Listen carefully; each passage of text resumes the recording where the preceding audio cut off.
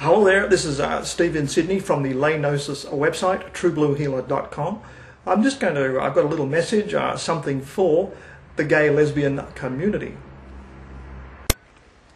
The gay and lesbian issues, which are forever in the media, being debated between essentially journalists and the gay community through the mass media communication, is a very lively, energetic debate.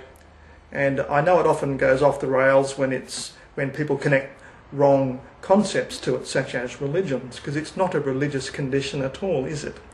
But certainly gay and lesbian people are treated as marginal citizens. They're not treated the same as everybody else, and it often sparks a very energetic and lively debate. But one thing that it underlines to me is something that you may not have noticed. It may be so obvious, like the nose on your face, that people prize companionship very, very highly. Mainstream society tends to have an attitude of condemnation toward the gay lesbian community, and this causes the gay lesbian community to sort of stubbornly dig in and entrench and form essentially a mini resistance movement in a very light-hearted way. To get equal rights and that sort of thing. And there's really nothing wrong with groups doing this. But to me, once again, it shows very much, it underlines something that is so obvious, that we all prize very highly companionship, and we're willing to go to some considerable lengths, including forming pressure groups, just to be allowed to have the right sort of companion that we want as individuals. Now, the only other type of companionship you'd likely be aware of would be that of the great love that many people have for pets, cats and dogs and parrots, etc. People often say, quite openly, that I really prefer to be in the company of animals. My cat loves me more than any other person. I adore my dog far more than any person. He's far more trustworthy, that sort of thing. So that's the other form of companionship that people obviously crave. In fact, Australians have the highest animal pets per capita in the world. So here I have just supposedly, you would think, covered all the different types of friendship, human to human, one-on-one, and animal companions. Now, here I'm going to tell you about another type of companionship which is virtually unknown to the wider population, yet it is incredibly valuable and is growing more and more into mainstream society. And I'm referring to a type of companionship called GNOSIS. That's starting with a G, GNOSIS with a G. And this is going to surprise you very much when I describe it to you.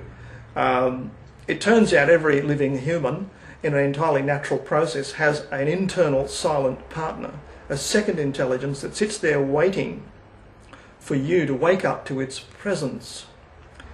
The attitude of this second intelligence to you is really that of an adoring pet owner. You know how you can be so forgiving toward a pet more than anything else? Doesn't matter how much noise the dog makes, barking or not, you still think he's fabulous. That's the kind of attitude that the second intelligence has to you. Now, what happens? How do you get into this companion intelligence that adores you so sweetly? Well, due to new natural law, you can get it from a website in just 20 minutes. It's physically contagious. You go there, you learn something, you do an exercise, it takes about 20 minutes, you'll be given immediate physical proof. Within 7 days, you'll start to get some messaging dreams, which will be very vivid and very telling. And within a fortnight, you'll start to get some physical signals to prove it's not your imagination. Okay? In a few months, you'll start to hear direct speech. This is all an internal thing happening as this intelligence begins a drip feed into your internal awareness. Now, this is all available in just 20 minutes, costs you nothing, at the website, truebluehealer.com. Everyone could use more companionship.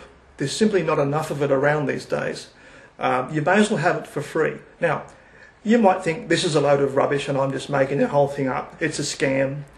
Trouble is, there's 1, 2 and 3 year Gnostic veterans of this website, graduates, who you can put questions to on any subject. You make up the questions, they'll supply the answers.